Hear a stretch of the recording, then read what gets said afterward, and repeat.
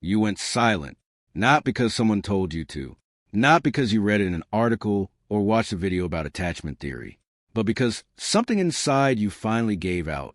You were exhausted, exhausted from chasing, exhausted from shrinking, exhausted from being the only one who seemed to care whether this thing between you two survived another week. So you stopped. No announcement, no dramatic last message. You just stopped, and here's what nobody prepares you for. The silence you created to protect yourself is about to do something to her that she never saw coming, something her entire emotional system was never built to handle. And it doesn't happen on day 1. It doesn't happen on day 7. It happens on day 21. And when it does, everything you thought you understood about her, about this, about yourself, shifts. Stay with me, because what I'm about to walk you through changes everything.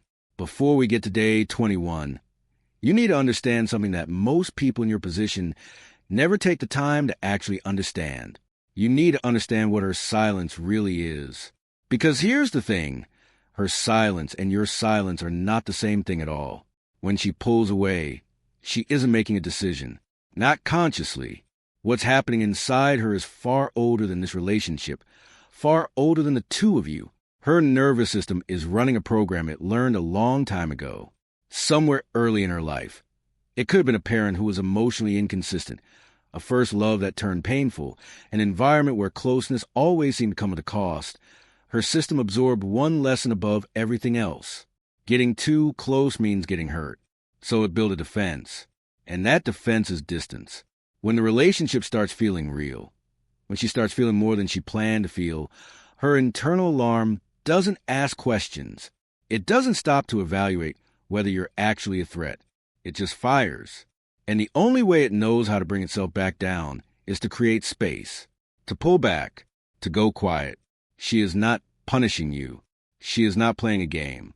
She is doing the only thing her nervous system knows how to do when intimacy starts feeling like too much. She turns the volume down by increasing the distance between you. The problem, and this is the part that breaks most relationships with avoidant women, is that her version of feeling safe looks exactly like rejection to you. It looks like she stopped caring. It looks like the relationship is ending in slow motion while she watches it happen with no expression on her face. And that reading triggers something primal in you. A panic, a need to fix it, close the gap, bring her back before it's too late. And that is exactly where things started going wrong long before you went silent. Think about every time she pulled away before this. Really think about it. What did you do? If you're honest, you chased. Maybe not in an obvious way. Maybe it was just texting a little more, checking in when she went quiet, showing up with more warmth, more effort, more of yourself. Try to fill the silence with enough of you that she'd remember why she wanted this. And every single time you did that, you confirmed the one thing her nervous system was already afraid of. That closeness comes with pressure. That being in this relationship means being emotionally crowded. That she was right to create distance before things got heavier. The pursuit didn't reassure her. It gave her system exactly the evidence it needed to go further in. But here's the part that almost nobody talks about. And this one is just as damaging, maybe more, because it feels like strength when it's actually surrender. Every time she pulled away and you matched her, went cold, pulled back your warmth, gave her the silent treatment to protect your own ego, you erased the one thing that was genuinely working in your favor. Your groundedness, your emotional steadiness, the quiet, unshakable quality about you that she couldn't quite figure out how to walk away from. The moment you mirrored her distance, you stopped being the person she couldn't get a clean read on. You became manageable, predictable, someone she knew exactly how to file away. So you were completely stuck. Chase, and you push her deeper into withdrawal. Go cold, and you disappear from her emotional landscape entirely. Neither option worked, because both of them were reactions. And reactions are exactly what her system is built to control. This time was different. You didn't go silent as a move. You didn't read somewhere that 30 days of no contact would bring her running back. You went silent because you genuinely had nothing left to give to the version of this relationship that kept taking from you. And that distinction, that difference between strategic silence and genuine silence, matters more than you know.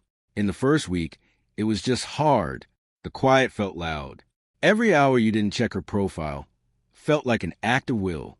You'd pick up your phone 12 times in a day with no real reason, just muscle memory looking for something that wasn't there anymore. The urge to reach out, to send something small, something casual, just to feel the connection was still alive, was almost physical. But you didn't. Week 2, something started to shift. Not dramatically, not in a way you could point to, but the weight of it changed slightly. You started sleeping better. You had a conversation with someone that had nothing to do with her, and you were actually present for it. You went somewhere, did something, and for a stretch of an hour, maybe 2, she wasn't the background noise of your entire nervous system. You started remembering what it felt like to simply be yourself, not yourself in relation to her, just you. And that quiet internal shift is the thing she eventually starts to feel, not through any message you sent, not through any move you made, through the texture of your absence changing. Because desperate silence and genuine silence feel completely different to someone as emotionally attuned as an avoidant woman. She may never say it out loud. She may not even consciously register it, but something in her knows. Day 21, 3 weeks of nothing. No texts, no calls, no soft reach-outs disguised as something casual. Just silence. And then something happens inside her that she was completely unprepared for. She starts feeling the absence. Not the way you felt it. Not that raw, anxious, chest-tight missing that you carried through week 1. Something different. Something quieter. More unsettling, in a way. Because she doesn't have a name for it. There's a stillness where your presence used to be.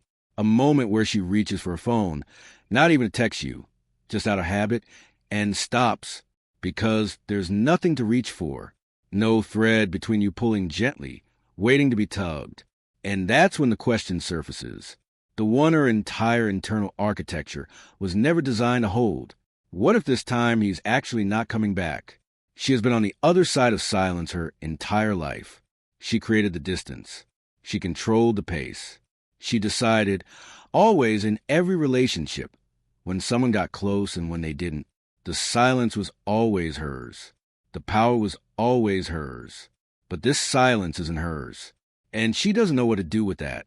She doesn't have a script for it. Her system has no protocol for being the one who waits. Around day 21. Sometimes it's day 18. Sometimes day 24.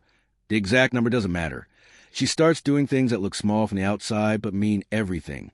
She goes back through old messages. She watches a story you posted and then another one, and she tells herself it means nothing. She mentions your name to a mutual friend, casually, like it's just information, and then immediately changes the subject. She opens your chat, stares at it, closes it without sending anything. Maybe she sends something tiny, a meme that reminded her of an inside joke, a one-sentence question about something that didn't need asking, something small enough that she can take it back in her mind. Pretend it was nothing. If you don't respond the way she hoped, she is checking, quietly, carefully, in ways she can almost deny to herself. She is checking whether you're still there, whether her usual strategy still worked, whether she can still have you, on her terms, at her pace, in the controlled way she's always managed connections. And this is the moment that determines everything about what comes next. If she reaches out, and you feel that pull to immediately close the distance, to go back to who you were before, to flood the space with warmth and relief and proof that you were waiting, don't. Not coldly, not as a game, but with the same quiet groundedness that brought you to this point. Respond like someone who is genuinely okay, not performing okayness to make a point, not playing it cool as a strategy. Actually okay, because these 30 days weren't just about her. They were about you rebuilding the part of yourself that kept collapsing every time she pulled away. Respond from that place. What you don't do is return immediately to the dynamic that existed before. Because that dynamic, the one where her distance determined your emotional state, where her silence could pull you out of your own life in seconds, that dynamic was never going to hold. It was already breaking before you went silent. Going back to it isn't saving the relationship.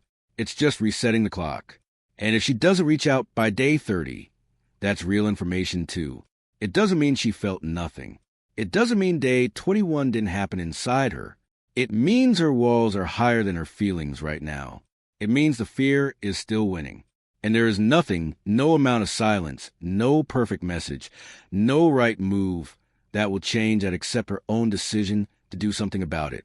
What you can control is only ever this, that you spent 30 days choosing yourself without making a performance, that you sat inside something genuinely painful and didn't dissolve, that you proved to yourself, not to her, that your stability belongs to you. That is not nothing. That is actually everything. Here is the truth that this whole thing comes down to. Going silent for 30 days doesn't guarantee she comes back. It was never going to guarantee that. Nothing guarantees that. Anyone who tells you there's a formula that makes an avoidant woman stay has never actually understood what avoidant attachment is. What 30 days of genuine silence guarantees is something quieter and more permanent, that you stopped making yourself smaller to hold on to someone whose comfort required your disappearance, that you chose, maybe for the first time in this relationship, to be as loyal to yourself as you were trying to be to her. And if she did come back, if she's texting right now or on the edge of it or already has, understand what actually moved her. It wasn't the silence as a tactic. It was what the silence revealed. That you are someone with enough internal weight, that losing you actually caused something real, that you don't evaporate when she disappears, that you are, in the most honest sense of the word, someone worth the risk of staying for. She may never say that. She may not have a language for it yet, but her nervous system felt it. And nervous systems don't lie, even when people do. If you're somewhere inside those 30 days right now, day 4, day 11, day 19, and it's getting heavier instead of easier, drop where you are in the comments. Not to be seen, just to say it out loud to someone. Because you're not alone in that room, and your stillness right now is doing more than you can feel from inside. And if this gave you something real today, subscribe. Because next week we're going into what's actually happening inside her mind during those 30 days. The thoughts she won't tell anyone. The regret she won't name out loud. And the exact moment, the specific crack, where a certainty about leaving you starts to give way. That one is going to hit different.